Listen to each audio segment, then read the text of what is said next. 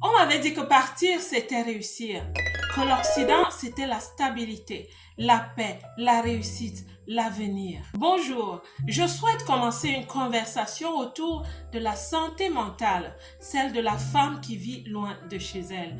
Aujourd'hui, nous allons parler de la solitude de la femme étrangère, la femme africaine qui vit dans la diaspora. Quand elle arrive à l'étranger, elle porte le poids de sa vie, de son passé, de ses plans, de ses rêves, mais aussi le poids de la responsabilité de sa réussite personnelle et celle de sa famille. En fait, le problème, c'est pas les responsabilités en soi.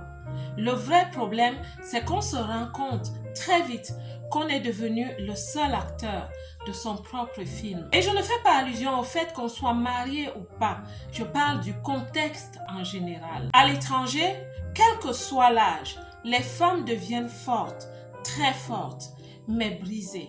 Parce que ces circonstances sont pénibles et l'attente de la manifestation de sa réussite peut même parfois devenir la cause qui détruit sa santé mentale. N'est-il pas écrit qu'un espoir différé rend le cœur malade et qu'un désir accompli est un arbre de vie? Alors, pour ne rien arranger, le tabou de la dépression dans la communauté africaine est une réalité. Le déni culturel concernant la dépression de la femme l'est encore plus. Peut-on réussir comme femme africaine à l'étranger? Absolument oui. Parce que quand on regarde le paysage économique, social et même politique, on voit qu'il y a des femmes qui ont vraiment imposé leur leadership dans l'écosystème. Qu'à cela ne tienne, je suis sûre que c'est des femmes qui ont fait un travail sur elles.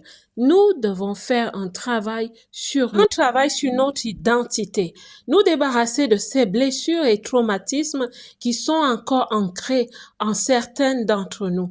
Le monde, le pays qui nous accueille a besoin de notre contribution. C'est aussi important de travailler sur la capacité de s'adapter, apprendre de nouvelles choses. Je parlerai même aussi la capacité de s'inventer, se réinventer. Nous arrivons avec des compétences. Parfois, elles ne sont pas adaptées et c'est très important vraiment de prendre le taureau par les cornes. La vérité est que la fatigue mentale est un frein pour plusieurs. Les femmes ont besoin d'être motivées, encouragées, accompagnées, boostées. Plusieurs génies dépérissent. Pourtant, c'est pas le potentiel qui manque. Plusieurs femmes jettent l'éponge parce qu'elles n'en peuvent plus et elles se contentent du peu, de la médiocrité parfois.